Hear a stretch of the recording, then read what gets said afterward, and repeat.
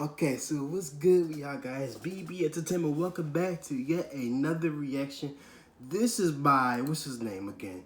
Jedi Brooks. This is called Why Ironheart Sucks, a screen comparison. Now, me personally, in my own opinion, I feel like Ironheart is pretty valid, you know? I feel like there's really nothing wrong with Ironheart. I just feel like she just didn't get enough chance. She didn't get a good enough chance. They probably didn't really do her no justice.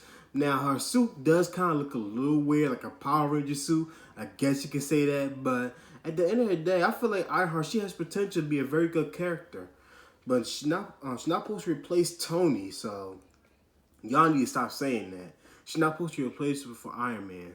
So I don't understand what the problem is. We're gonna get into the video. It's about like 15 minutes long. So without further ado, you guys. Let me hit recording in 3, 2, 1. Let me see. Yep, I'm recording. So without further ado, guys, let go and play.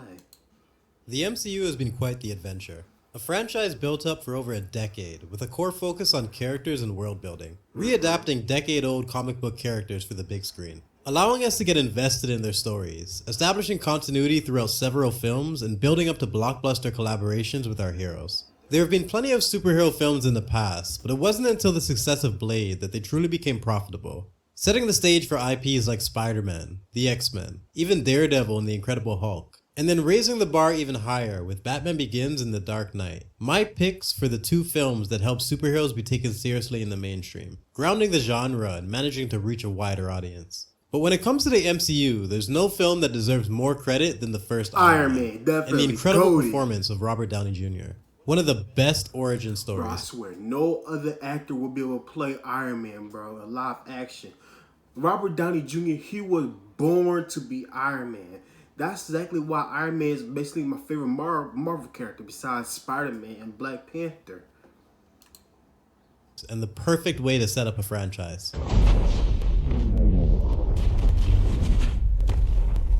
And now we have reached a point where the world that they have worked so hard to build has been torn to shreds. And the characters that paved the way for the franchise have all either been replaced or disgraced. And in some cases, both. What are you going to do? Each one a desperate attempt to pass the torch to new, more affordable actors and actresses that can carry on the legacy.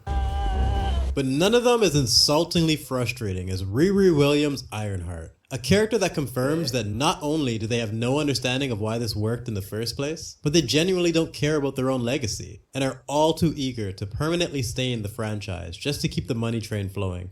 And I think the best way to highlight this is a simple scene comparison, breaking down the introduction of both characters and trying to explain why Iron Man is so beloved and why Ironheart might be the most forced character I've ever seen.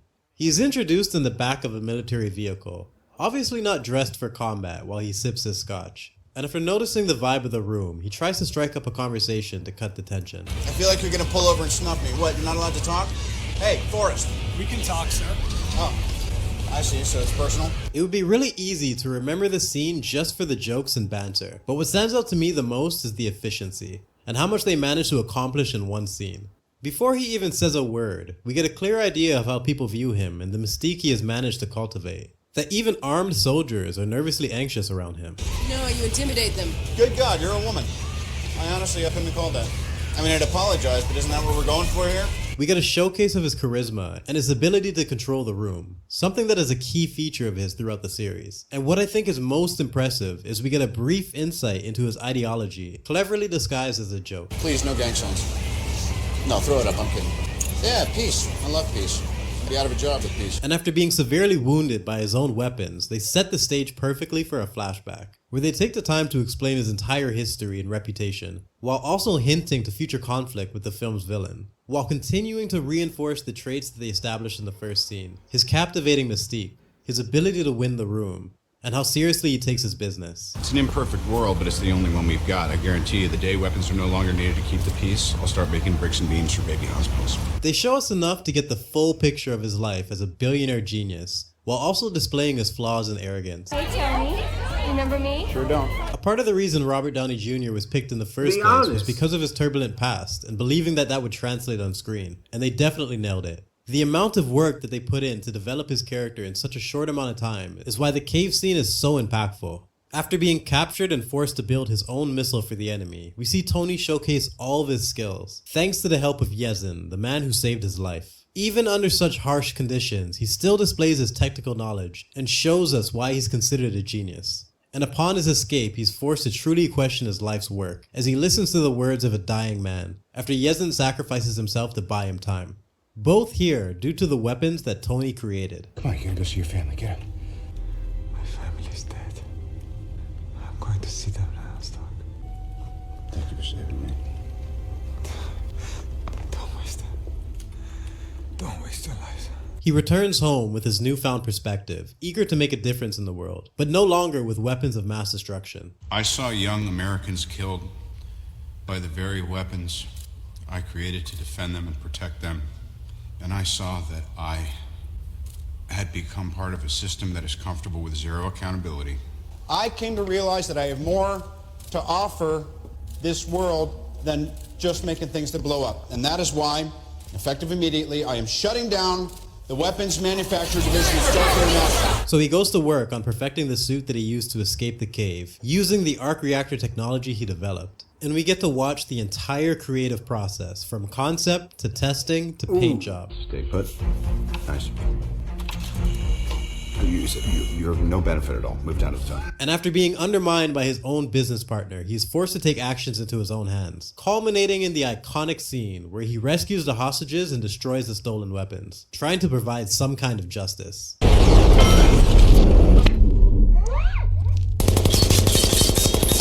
Ooh, I know that gut punch hurt. Oh yeah, by the way, the only reason why if you see how powerful them blasts are in real life, their guts would be spilled all over the place. The only reason why is not because this movie is supposed to be rated PG-13. Now if it was rated R, whoo-wee, that'd be a different story.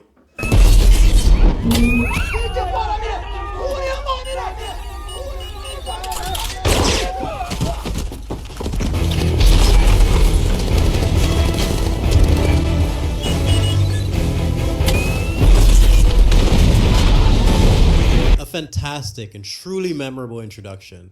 But why is it well written? Tony Stark was able to build this in a cave with a bunch of scraps. Well, I'm sorry. I'm not Tony Stark. There's a reason character is king when it comes to storytelling. When you have a character arc, it can be incredibly satisfying to reflect on all the events that led them to this point, going through the journey with them and watching them change over time. It's an appreciation built on perspective. But with introductions, it's the opposite. What can you achieve with a blank slate to gain my attention and appreciation? And I find both equally fascinating to explore. Especially when you consider the fact that there's characters like Rey and Mando who can go for years without proper development. You have to appreciate that there was a time that we can get this done in a matter of minutes. Getting a clear understanding of the character, how they view the world and how the world views them. It takes talent and hard work to achieve that in such a short amount of time. And rather than just rushing to the fight scenes, they had the good sense to take almost the first hour of the movie to focus on character. And when you consider the fact that much of Iron Man was improvised and carried by the charisma of the actors, it's amazing to look back and praise what they achieved here. The GOAT. I am Iron Man.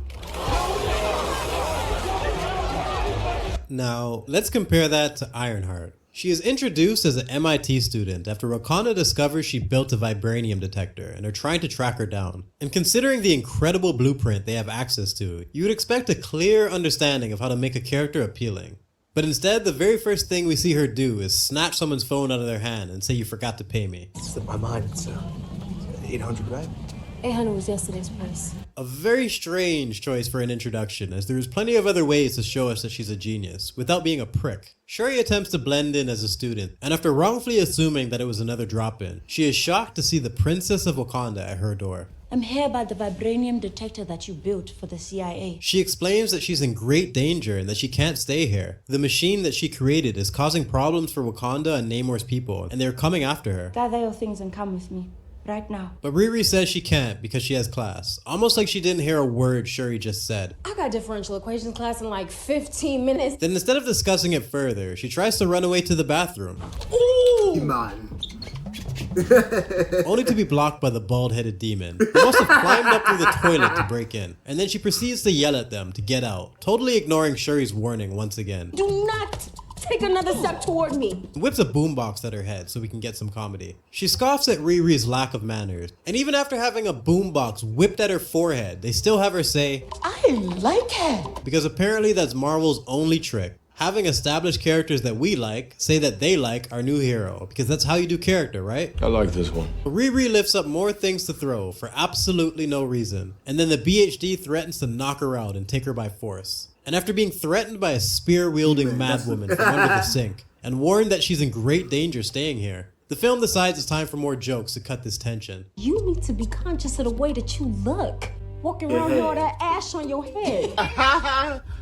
Even though we know she's a warrior who doesn't care about vanity, they still have her be embarrassed because comedy comes before character. Rather than creating a joke that can give us some real insight, we now get forced humor jammed into any scene, no matter who's involved, infecting every character like a plague. Even Shuri, 5 seconds after warning her that she's in danger, is now getting in on the jokes when this is supposed to be a serious situation. You've been here for one scene and you're already damaging characters I like with your shitty writing. Go away. She takes them to the warehouse where she keeps her gear. And instead of the clarity of a presentation or getting the chance to see her display her skills firsthand, they settle for casual throwaway lines instead. As they mentioned that she built the vibranium detector for class, she has her own Iron Man suit. She's just so amazing. No need to show us any of this, just tell us directly how incredible our characters are. That's how we do it, right? The building is surrounded by cops and they prepare to make their escape. And in less than 10 minutes into her introduction, we get her first action scene. The character work is over, people. It's time to beat up some bad guys.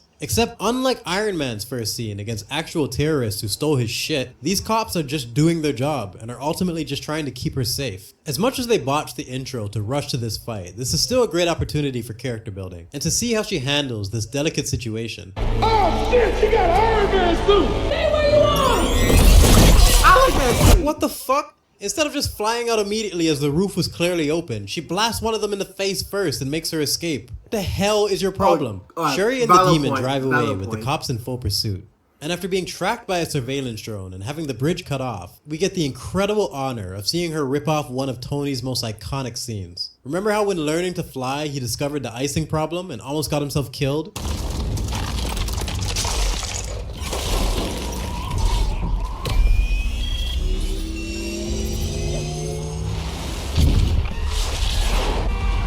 That scene so much. But somehow Riri is already a grandmaster at flying this thing, as she charges into the sky without even wearing a mask for oxygen, and then manages to reach her destination just in time, and blast the drone out of the sky right before passing out. Then, she ignores the laws of gravity and gives a big fuck you to G-Force as she regains consciousness at the last second and flies over the surface of the water perfectly fine because she's so much better than that bum Tony. A bullshit disgrace of Alright, bro. Now you're being dramatic, bro. It's literally just fiction, bro. It is not that deep. Now you're just nitpicking. It's not even, bro. You are valid, but at the same time, you're just nitpicking. It is not that serious. It is fictional. It does not have to be realistic all the time. Scene that leaves me with just 2 questions. 1. Why does she need an Iron Man suit with plot armor this thick? And 2. Can this scene get any worse? 3, 2, 1. How do you do it, Marvel? How do you keep fucking this up? From the desecration of the Dawn, to Wanda enslaving children, to the Black Widow genocide, it's become painfully clear that you don't understand this genre, when so many of the most iconic superhero moments involve protecting the innocent. Because as we learned from Uncle Ben, with great power comes great responsibility. You fucking morons. Ooh. You had an opportunity here to show Ironheart using her suit to protect the civilians and police from the reckless Wakandans. Much like they did with Cap and Bucky, or like they did with Daredevil and Punisher. It's what you do when you care about the morality of your characters. Remember when Batman risked his life to prevent Gordon's men from walking into an ambush? Or when Spider-Man blacked out trying to stop that train? Now we're in the no accountability era where nothing matters. Superheroes no longer save people. The accords that they established in Civil War are a distant memory, and any shred of world building or political ramifications that they established in that film has been slowly snapped away. She spends the rest of the film either getting knocked out or providing comic relief until they need her at the very end to beat up the bad guy. And unlike Tony, who was hardened by his experience in captivity and ready to risk it all, I have no idea why the student who didn't even want to come in the first place because she had class is somehow fully ready for battle. From blowing up members of her own city to fighting mutants overseas, there's nothing she can't handle. Got you. Riri gives Shuri the alley-oop, and then Namor goes on to be defeated by a fucking heater. A crap ending to a crap fight. But why is it terribly written? To peace. If I was to pick one word that stood out the most to me upon looking back at Tony's introduction scenes, it would have to be opportunistic. Taking advantage of every moment to develop his character. From the very first scene, every glance, every joke, every line of dialogue is used to the fullest with clear intentions. But with Riri, all that comes to mind is waste. From the forced humor, make it impossible to get an understanding of her personality, to completely skipping the development of any of her technology, which is something that's essential if you want to create a believable replacement for Iron Man, all the way to her complete lack of care for the safety of others, just for an action scene.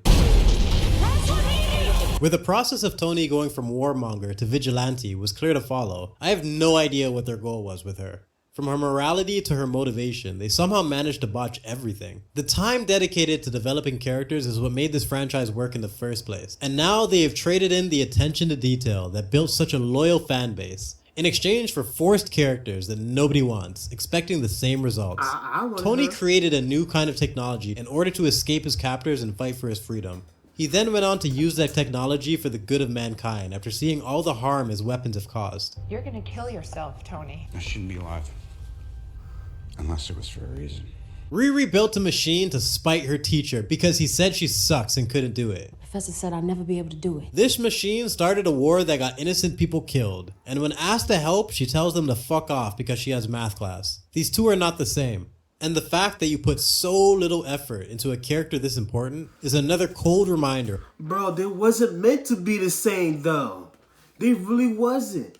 But like I said, just a lot of people dislike Ironheart, but me personally, I like Ironheart. The only reason why it is even like that in the first place because Tony, he had his own movie, so of course he's gonna have more time to develop as a character. Meanwhile, Ironheart really didn't have that much time to develop as a character because it wasn't her own movie. Hopefully, she might be able to redeem her character more in Secret Wars, I believe, or Armor Wars, I believe. No, Armor Wars with Rhodey. But to be honest, I was not expecting Ironheart. I was more expecting like Tony's daughter for real. You know who she is. You know what I'm saying? Not that little kid from Iron Man 3. Because everybody know for a fact that he's irrelevant. Like, bro, y'all was not thinking about him. So stop it. I feel like this guy, he was kind of like nitpicking at it. But to be honest, to each his own. He had some valid points in this video. Some points I agree with. But me personally, I still feel like Ironheart still has potential to be a very great character. No, she's not supposed to be Iron Man. She's not supposed to replace him. She's basically her own character. Just to remind y'all. Hope you guys enjoyed the video. If y'all did, make sure I guide you, punch like body in the face like a boss, and I'm out.